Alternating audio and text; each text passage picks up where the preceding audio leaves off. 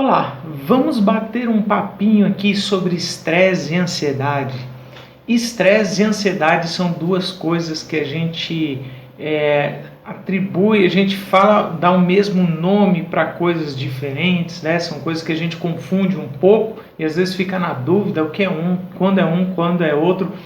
Eu quero falar um pouquinho a respeito do que é isso, mas principalmente te ajudar a identificar e para a gente entender como é que age na nossa mente, nas nossas emoções, na nossa saúde, no nosso corpo, até para a gente poder lidar melhor com isso, né? Então vamos lá.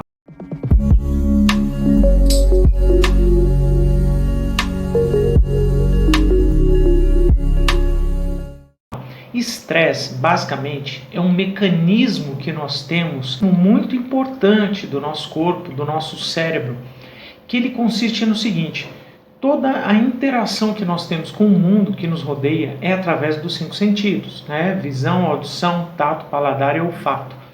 E essas impressões que a gente recebe de tudo que está acontecendo são interpretadas dentro do nosso cérebro de acordo com aprendizados que ele teve ao longo da vida, através das experiências que a gente teve, através do convívio com outras pessoas, ou seja, nós aprendemos coisas que fazem bem para nós e que fazem mal, e até programações genéticas mesmo já trazem isso para nós.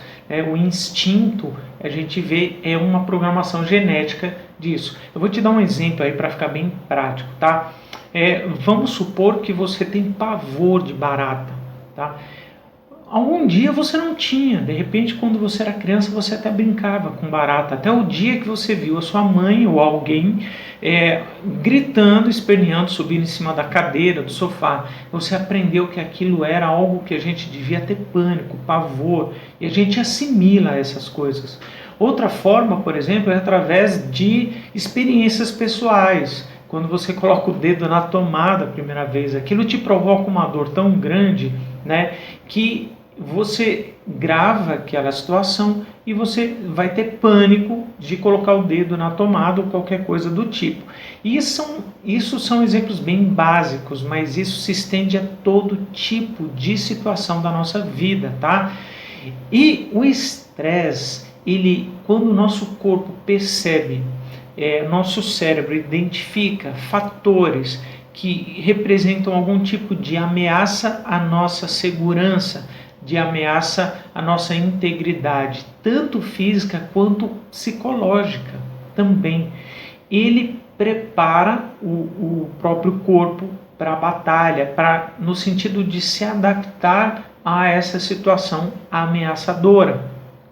Então, ele vai mobilizar o corpo através de um protocolo de segurança que vai ativar funções específicas e desativar outras funções específicas no nosso corpo. Então, por exemplo, é liberado noradrenalina e cortisol no organismo, isso aumenta o batimento cardíaco, acelera a respiração e começa a te preparar para luta ou fuga, que você com certeza já ouviu falar disso, né?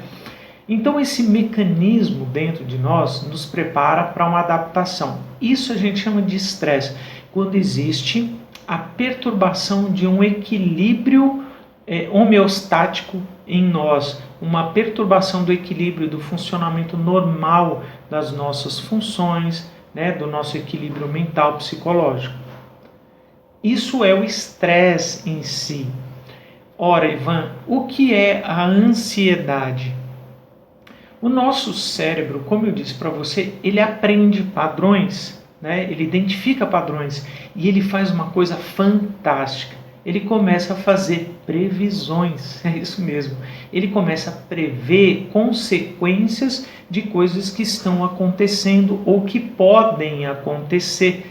E através dessas previsões, acaba aparecendo uma coisa que a gente conhece muito, que são as preocupações. Exatamente.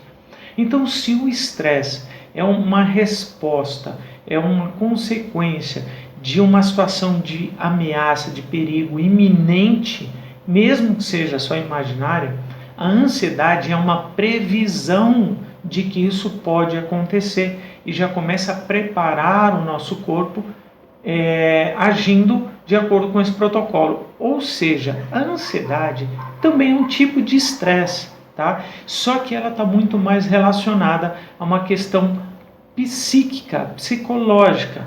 É uma coisa que eu imagino, que eu prevejo, tá? E quando que uma ansiedade começa a se tornar patológica? Quando esse mecanismo nosso de proteção começa a ser disparado com muita frequência ou em situações em que isso não era necessário, né? E também de acordo com a intensidade em que isso acontece, que muitas vezes se torna desproporcional à ameaça, né? Às vezes é só algo incômodo, não é para disparar uma crise de pânico, por exemplo. Agora, existe uma coisa interessante na ansiedade, que ela não precisa necessariamente ter um motivador muito claro, muito específico, muito racional, como uma preocupação de uma conta que eu tenho que pagar, por exemplo. Para você ter uma ideia, a gente, como nós somos seres biopsicossócio-espirituais, ou seja, nós somos seres complexos, sistêmicos, né, em que uma coisa interfere na outra. Hoje em dia nós temos visto cada vez mais crescer a ansiedade nas pessoas por causa do estilo de vida que nós temos levado. Nós temos diversas situações que são fatores estressores, como por exemplo, excesso de celular, a própria alimentação que muitas vezes é tóxica, o ritmo de vida, as notícias que circundam a gente, a quantidade de informações que a gente tem que assimilar todos os dias, muitas notícias que são alarmistas, que se alimentam disso, né, na verdade, da nossa ansiedade, e por aí vai, os compromissos sociais que nós temos, todo esse tipo de coisa, e também com o abandono de boas práticas de vida, tudo isso vai construindo uma estrutura de ansiedade na gente. Só para você ter uma ideia, segundo a neuropsicóloga doutora Caroline Leaf, no livro dela Ative Sua Mente, ela fala, aliás, no livro dela Pense, Aprenda e Tenha Sucesso, ela fala sobre uma epidemia que existe no mundo de falsos diagnósticos de TDAH, principalmente com jovens, que é o transtorno do déficit de atenção com ou sem hiperatividade.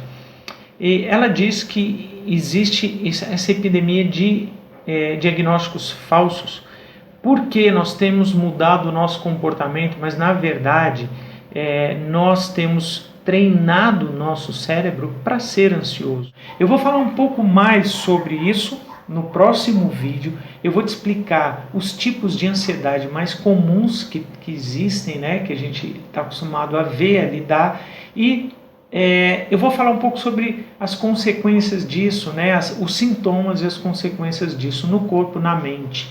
Te espero no próximo vídeo.